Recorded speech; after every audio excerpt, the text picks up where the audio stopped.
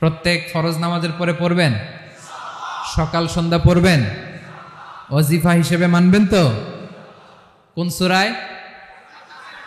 আয়াত নাম্বার? মোট কয়টা কথা? 1 নাম্বার, আল্লাহ ছাড়া কোনো ইলাহ নাই, তাকে ছাড়া কাউকে সেজদা দেব। 2 নাম্বার, তিনি আল হাইয়ুল কাইয়ুম, সব মরবে, তিনি মরবে। গোটা বিশ্ব তার কাছে ঠেকা, তিনি কারো কাছে ঠেকা। 3 নাম্বার, তার ঘুমও নাই, ঘুমের আগে যে ঝিমুনি আছে সেটাও। 4 নাম্বার, আকাশ জমিন এর মাঝে যা আছে সবকিছুর আসল মালিকানা কার? 5 নাম্বার, কিয়ামতের দিন যখন থারথার করে নবীরা কাঁপবে, তার অনুমতি ছাড়া কেউ আল্লাহর দরবারে দাঁড়িয়ে সুপারিশ করতে পারবে। 5 নাম্বার, আমাদের সামনে পেছনে উপরে নিচে প্রকাশ্যে গোপনে যা ঘটে কেউ দেখে না, দেখে কে? কেউ জানে না, জানে কে?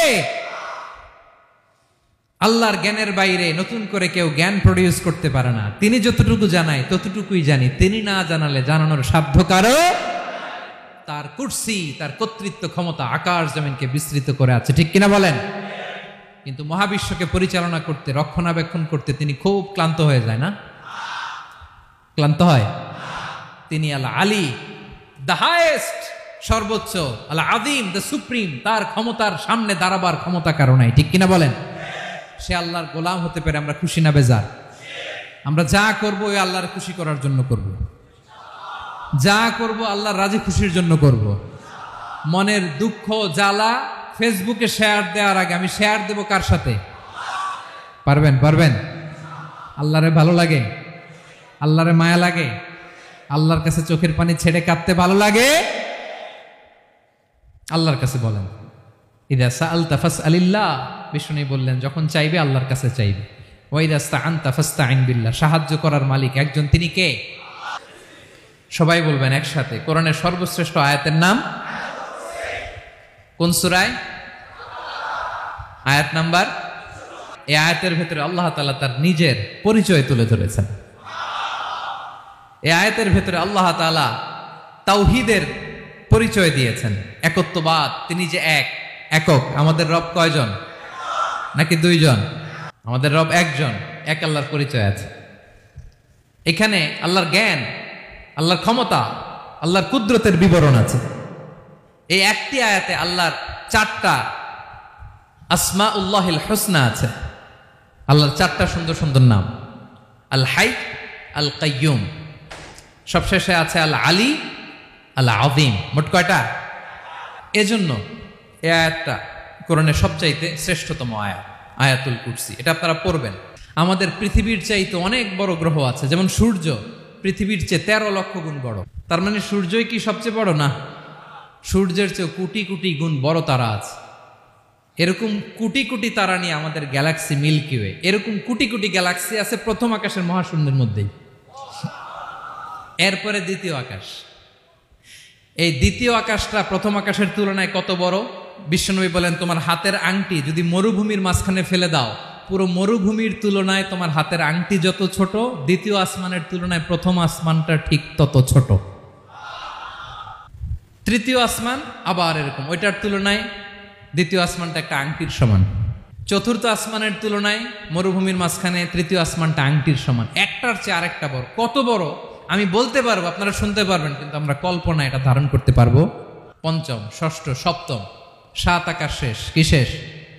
এর উপরে আছে বাইতুল মামুর, এটা ফেরেশতাদের মসজিদ, ফেরেশতাদের কেবলা, ফেরেশতাদের কাবা।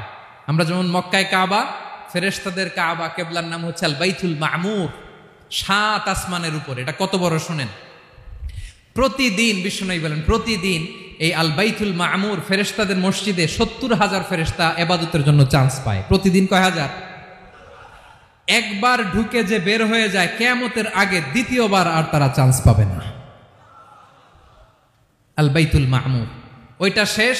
এরপরে সিদরাতুল মুনতাহা, কি নাম? সীমান্ত বৃক্ষ। এটা আরো বড়, একটা বিশাল বড় বড়ই গাছ আল্লাহ বানাইছে। ওয়া ইলাইহি ইয়ানতাহি ইলমুল মালাইকা, ফেরেশতাদের জ্ঞান সীমানা ওইখানেই শেষ। এর উপরে কি হয় ফেরেশতারা আর জানে না। ফেরেশতাদের ক্ষমতা এখানে শেষ।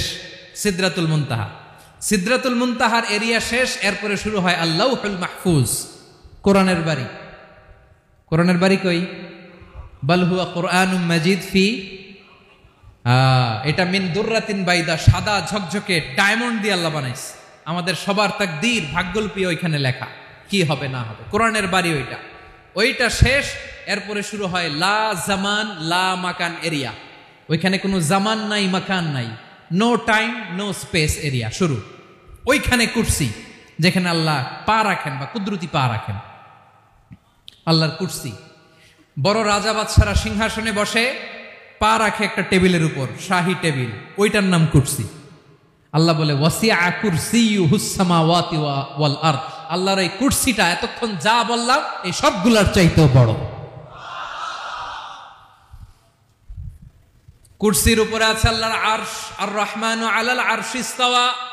রব্বুল আলামিন ওই আরশের উপরে। আমি যেমনি চেয়ারের উপরে এরকম না, যেভাবে আল্লাহর জালালিয়াত, হিজ হাইনেস, হিজ রয়্যালনেস, আল্লাহর জালালিয়াত, আল্লাহর কুদরতের মাধ্যমে যেভাবে আল্লাহ আরশের উপর থাকা দরকার, আল্লাহর সত্তা, আল্লাহ ঠিক ওইভাবে আছেন, আরশের উপরে আছেন। ওয়া ইয়াহমিলু আরশা রাব্বিকা ফাওকাহুম ইয়াওমাইযিন সামানিয়া। কিয়ামতের দিন আল্লাহর এই আরশটা 8 জন ফেরেশতা বহন করবে। আরশ বহনের জন্য আল্লাহর ফেরেশতা লাগে না, কোনো কাজের জন্যই আল্লাহর ফেরেশতা লাগে না। আল্লাহ বলে কুন ফায়াকুন, হয়ে যায়। তারপরে আল্লাহ নিয়োজিত রেখেছেন। সেদিন কিয়ামতের দিন আল্লাহর আরশটা বহন করবে কয়জন ফেরেশতা? এদের সাইজ কত বড়? শুনতে মনে চায়? বিশ্বনবী বলেন ইন্না মা বাইনা শাহমাতি উযুনিহি ইলা আতিকিহি মাসিরাতু 700 সানা। বিশ্বনবী বলেন ওই ফেরেশতার সাইজ আমি দেখে এসেছি কত বড়। শোনো, যারা আল্লাহর আরশ বহন করবে, পুরো সাইজ বলা যাবে না। বিশ্বনবী বলেন ওই ফেরেশতার কানের লতি থেকে কাঁধ বরাবর। আপনার কানের লতি থেকে কাঁধ কতটুকু হবে? 4 আঙ্গুল 5 আঙ্গুল। বিশ্বনবী বলেন যে 8 জন ফেরেশতা কিয়ামতের দিন আল্লাহর আরশের পায়া ধরে থাকবে, ওই ফেরেশতাগুলোর কানের লতি থেকে কাঁধ বরাবর আসতে সবচেয়ে দ্রুতগামী যানবাহন, পৃথিবীতে সবচেয়ে দ্রুত চলে আলোর ফোটন। আলোর ফোটন 1 সেকেন্ডে চলে 3 লক্ষ কিলোমিটার। 1 সেকেন্ডে আলোর ফোটন, আলোর কণা ছুটে 3 লক্ষ কিলোমিটার বেগে। বিষ্ণুই বলেন এরকম যানবাহন দিয়ে, যেটা সেকেন্ডে 3 লক্ষ কিলোমিটার বেগে ছুটে, এরকম দ্রুত যদি কেউ ছুটে, তাহলে ওই ফেরেশতার কানের লতি থেকে কাঁধ বরাবর আসতে 700 বছর সময় লাগবে। এজন্য রব্বুল আলামিন বলেন ওয়াসিআ কুরসিয়ুহুস সামাওয়াতি ওয়াল আরদা। আল্লাহর কুরসিটা আকাশ জমিন সব চাপিয়ে যাবে। তাহলে আল্লাহ কত বড়! সুবহানাল্লাহ।